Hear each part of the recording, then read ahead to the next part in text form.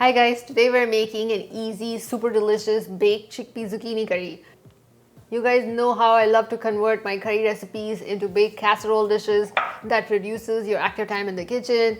It makes the process almost hands-free because you don't have to stand around in the kitchen sauteing the aromatics, adding the spices one by one, then adding the sauce ingredients and protein and sauteing even more and stirring and all of that.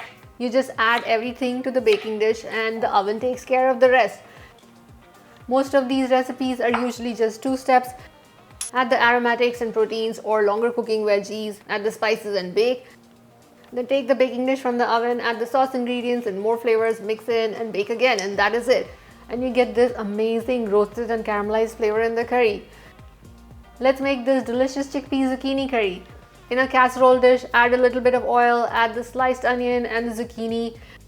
Add in the hot sauce, sambal oleg, some salt, and some Indian spices like cumin, coriander and garam masala. You can change up these spices to your preference. Add curry powder, Jamaican curry powder, Ethiopian Burberry, Cajun, or a Mexican chili powder blend. Or you can just add some Italian herbs and sun-dried tomato.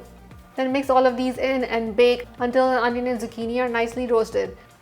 Then remove the baking dish from the oven, add in the sauce ingredients,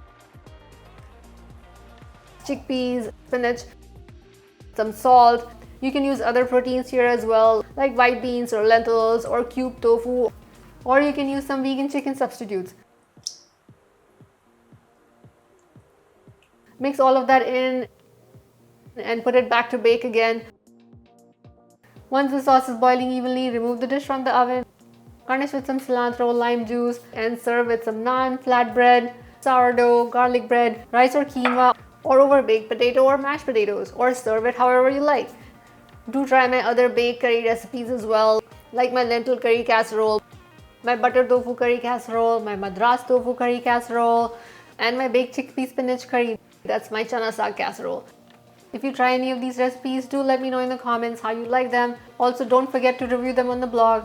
Don't forget to subscribe to my YouTube channel for easy vegan recipes, for lots of Indian vegan recipes, gluten-free recipes, grain-free recipes, and so much more. Thank you for watching and I'll see you next time.